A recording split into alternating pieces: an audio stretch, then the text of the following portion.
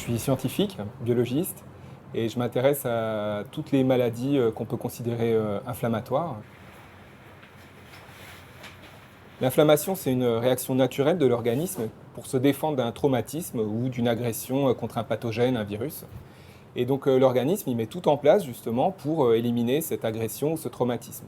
Dans le tissu où il y a eu cette lésion, il y a des cellules qui ont joué leur rôle et qui vont commencer à mourir parce qu'il n'y a plus besoin d'elles.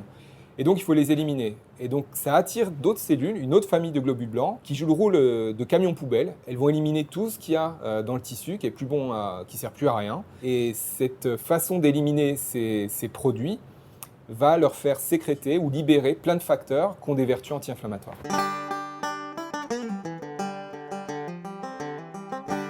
L'idée de Supermapo, c'est exactement ça, c'est de reprendre exactement ce processus. Donc on prend des camions poubelles, on leur donne des cellules mortes à manger, on récupère ce qu'ils produisent, et ça, c'est le Supermapo, c'est tous ces facteurs aux propriétés anti-inflammatoires.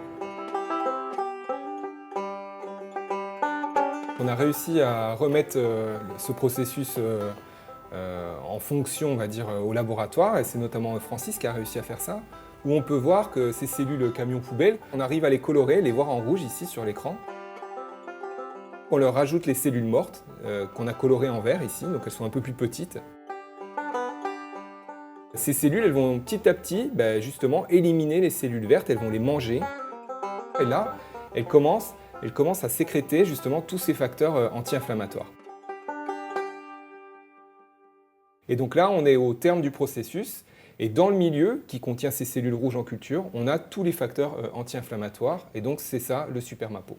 Et on a réussi dans des modèles précliniques qui miment la maladie de la polyarthrite rhumatoïde. Dans ces modèles précliniques, on a réussi à traiter et donc voir la disparition des symptômes de polyarthrite.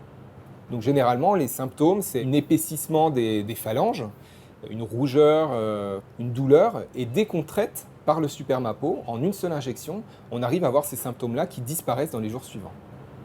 Ça marche, mais en plus ça marche longtemps.